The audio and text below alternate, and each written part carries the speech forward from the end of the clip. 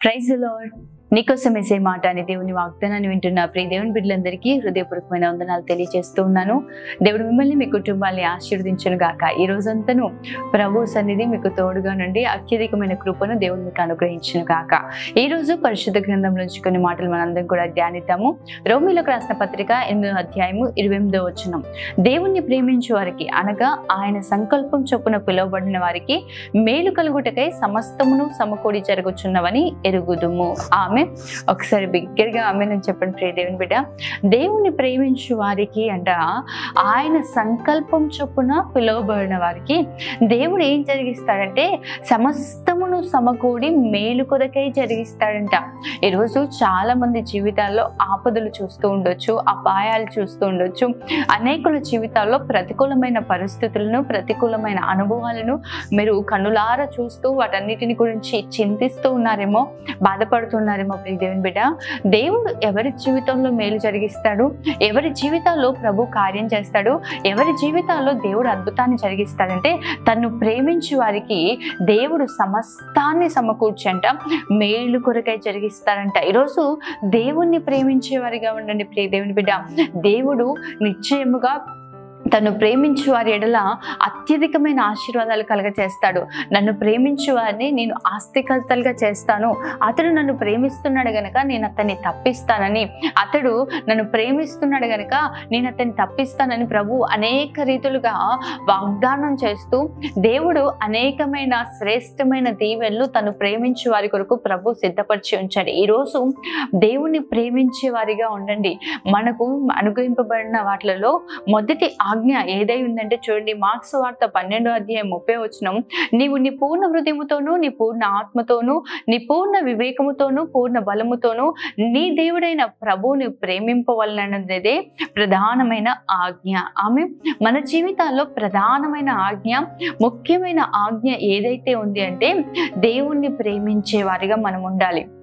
ఎలా అంటే మన పూర్ణ హృదయముతో, మన పూర్ణ ఆత్మతో, మన పూర్ణ వివేకముతో, పూర్ణ బలముతో దేవుణ్ణి ప్రేమించే వారిగా మనం ఉండినప్పుడు ప్రభు మన జీవితాల్లో ప్రభు గొప్ప కార్యాలు జరిగిస్తాడు. ప్రియ దేవుని బిడ్డ, ఆయనే మనలను మొదట ప్రేమించి ఉన్నాడు.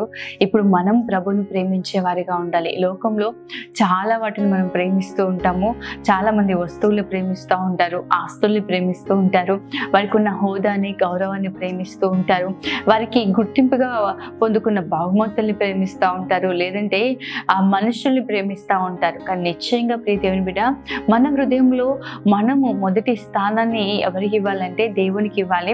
దేవుణ్ణి ప్రేమించే వారిగా ఉండాలి. ఎందుకంటే దేవుడు మనని అంతకంటే అధికంగా, మనని అత్యధికంగా ప్రేమించిన దేవుడు లోకాన్ని ఎంతగానో ప్రేమించాడంట.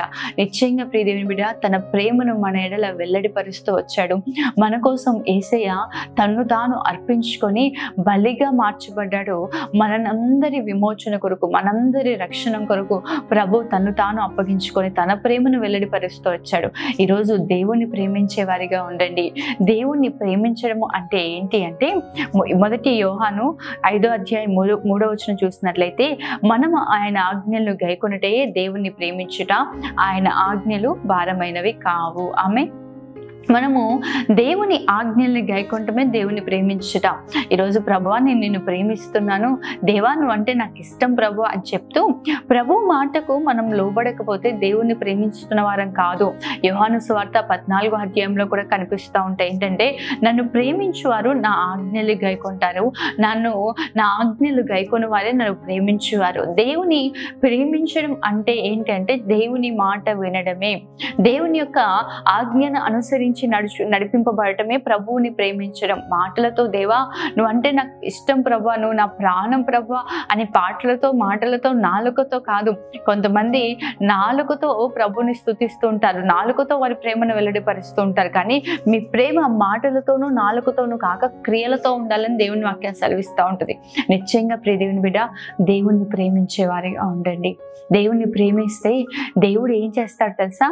సమస్తము సమకూర్చి మేలు కొరకై జరిగిస్తాడంట. ఈరోజు ఎన్నో ఆపదలు, ఎన్నో శ్రమలు, ఎన్నో ప్రతికూలమైన అనుభవాలు నిన్ను ఆవరించి ఉండవచ్చు, ఎన్నో భయంకరమైన ఇబ్బందులు నీ జీవితంలో కలుగుతుండొచ్చు. కానీ ప్రభువుని ప్రేమించే వారిగా మీరున్నప్పుడు ప్రభువు ఏదైతే మీ జీవితంలో శ్రమ కలగజేస్తుందో, దేని ద్వారా అయితే మీరు కృంగిపోతున్నారో, దేనిని బట్టి అయితే మీరు ఈరోజు నిందింపబడుతున్నారో, ఈరోజు బాధపరచబడుతున్నారో, దాని ద్వారా మీ జీవితాల్లో మేలు కలుగునట్లుగా ప్రభు అద్భుతం చేయగలిగిన దేవుడైన, ఆశ్చర్యకార్యం చేయగలిగిన దేవుడైన ఏలియా అనే గొప్ప దైవజనుడి గురించి మనందరికీ కూడా తెలుసు.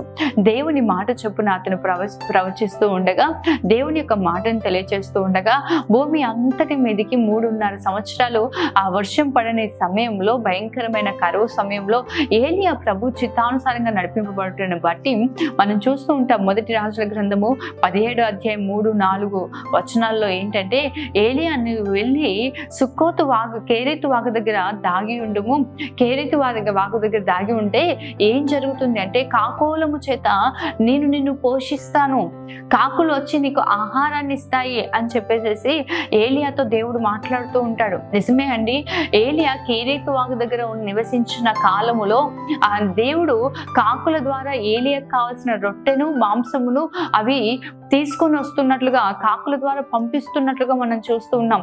కాకి యొక్క స్వభావం ఏంటంటే తీసుకొని వెళ్ళిపోయే స్వభావమే కానీ తెచ్చిచ్చే స్వభావం కాదండి కాకిది.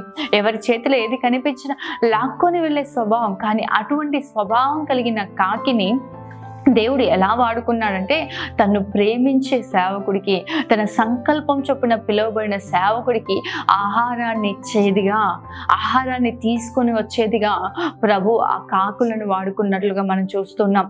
అదే విధంగా చూసినట్లయితే అదే అధ్యాయంలో 8-9 వచనాల్లో రాయబడి ఉంటుంది. ప్రభు మరలా చెప్తూ ఉంటాడు, సారేపాత అనే ఊరికి వెళ్ళుము, అక్కడ ఒక విధవరాలికి నేను చెప్పి ఉన్నాను, ఆ విధవరాలు నిన్ను పోషిస్తుంది అని చెప్పేసి ఏలియాకు చెప్పినప్పుడు, ఏలియా మరలా అక్కడి నుంచి లేచి సారేపాతని ఊరికి వెళ్ళిన తర్వాత ఆ విధవరాలు, అక్కడ కరువు దినములన్నింటిలో కూడా దేవుడు ఆ విధవరాలు ద్వారా ఏలియాను పోషించినట్లుగా మనం చూస్తున్నాం. విధవరాలు, భర్త లేడు, తన జీవితమే భయంకరము, దేశమంతా కరువు ఉంది, చుట్టూ ప్రజలంతా కరువుతో అల్లాడుతున్నారు. అటువంటి పరిస్థితుల్లో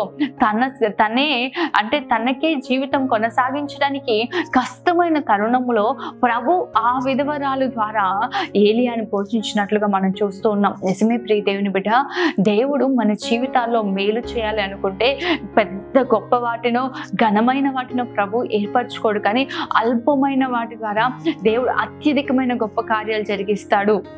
మన దేవుడు 5 రొట్టెలు 2 చేపల ద్వారా 5,000 మందికి సమృద్ధి అయిన ఆహారాన్ని అనుగ్రహించాడు. మోషే చేతిలో ఉన్న ఒక చిన్న కర్ర ద్వారా దేవుడు ఘనమైన కార్యాలు జరిగిస్తూ వచ్చాడు. దావీదు చేతిలో ఉన్న ఒక చిన్న రాతి ద్వారా గొల్యాతును పడగొడుతూ వచ్చాడు. ఈరోజు నిశ్చయంగా ప్రియ దేవుని బిడ్డ, దేవుణ్ణి ప్రేమించి ఆయన పిలుపుకు లోబడి ఆయన చిత్తానుసారంగా నువ్వు జీవించు. నీ చుట్టూ ఏది ఉన్నా ప్రభు సమస్తము సమకూడి నీకు మేలు కొరకే జరిగిస్తాడు. నేను మేలు చేయను ఉద్దేశించున్నాను కనుక భయపడొద్దని ప్రభు వాక్యం సెలవిస్తా ఉంది. ఆయన మేలు చేసే దేవుడు, ఆయన 2 అంతలుగా మనకు మేలు చేసే దేవుడై ఉన్నాడు. నిశ్చయంగా ప్రియ దేవుని బిడ్డ, ఈరోజు ప్రభు మన అందరితో మాట్లాడుతున్నాడు. దేవుడు సమస్తము సమకూరుస్తాడు. ఇప్పటి వరకు నీ జీవితంలో ఎంతో ప్రయాసపడుతూ, ఎంతో కష్టపడుతూ, నువ్వు ఎంతో భారంతో ముందు కొనసాగింపబడుతున్నావేమో, కానీ నిశ్చయంగా ఈరోజు దేవుడు నీతోనే వాగ్దానం చేస్తూ ఉన్నాడు. ఆయన సమస్తము సమకూడి మేలు కొరకే నీ జీవితంలో చేయబోతున్నాడు. ప్రభువును ప్రేమించే వారిగా ఉండండి. నాకంటే అధికంగా దేన్ని ప్రేమించకూడదని ప్రభు మాట సెలవుస్తుంది. మీ జీవితాల్లో మొదటి ప్రాధాన్యత ఎవరికై ఉండాలి తెలుసా? దేవునికి మొదటి ప్రాధాన్యత ఇవ్వండి. ప్రభువుని ప్రథమ స్థానంలో పెట్టుకొని ఉండండి. నిశ్చయంగా దేవుడు సమస్తము సమకూర్చి మేలు కొరకే మీ జీవితాల్లో కార్యాలు జరిగిస్తాడు. దేవుడు మిమ్మల్ని విడవక ఎడబాయక సమృద్ధి అయిన ఆశీర్వాదాన్ని ప్రభు మీకు అనుగ్రహిస్తాడు. ఆమేన్. ప్రార్థన చేసుకుందాం. మౌన్నతుడైన తండ్రి, సర్వశక్తిమంతుడైన దేవ, సర్వాధికారి, నీకే వందనాలు, స్తోత్రాలు చెల్లిస్తున్నాం తండ్రి. ఎంత అద్భుతమైన రీతిగా మీరు మాతో మాట్లాడారు అయ్యా. నేను ప్రేమించు వారికి, నీ సంకల్పం చొప్పున పిలువబడిన వారికి ప్రభా సమస్తము సమకూడి మేలు కొరకై జరిగిస్తానన్నావు ప్రభా. ఈరోజు తండ్రి నిశ్చయంగా ప్రభా నేను ప్రేమిస్తూ నీ పిలుపుకు లోబడి నీ చిత్తానుసారంగా జీవిస్తున్న నీ బిడ్డలందరి జీవితాల్లో ఎటువంటి ప్రతికూలమైన అనుభవాలున్నా, ప్రతికూలమైన పరిస్థితులున్నా ప్రభా మేలు కలుగుటకై సమస్తాన్ని సమస్తాన్ని మీరు సమకూడి జరిగించబోతున్నందుకు స్తోత్రాలు. ప్రతి ప్రతికూలమైన అనుభవాల్ని, ప్రతి ప్రతికూలమైన పరిస్థితులను తొలగించి అయా నిశ్చయంగా మేలుకరమైన గొప్ప కార్యాలు, సమృద్ధికరమైన గొప్ప దీవెనలు మీరు అనుగ్రహించబోతున్నందుకు వందనాలు చెల్లిస్తున్నా. ప్రతి ఒక్కరిని దీవించండి. ఈ రోజంతను నీ బిడ్డలకు తోడుగా ఉండి నీ సన్నిధిని తోడుగా నుండి చేసి నీ అత్యధికమైన కృపను అనుగ్రహించమని యేసు పరిశుద్ధ నామములో అడిగి వేడుకుంటూ ఉన్నాను తండ్రి. ఆమేన్. దేవుడు మిమ్మల్ని మీ కుటుంబాన్ని ఆశీర్వదించును గాక. ఆమేన్. God bless you.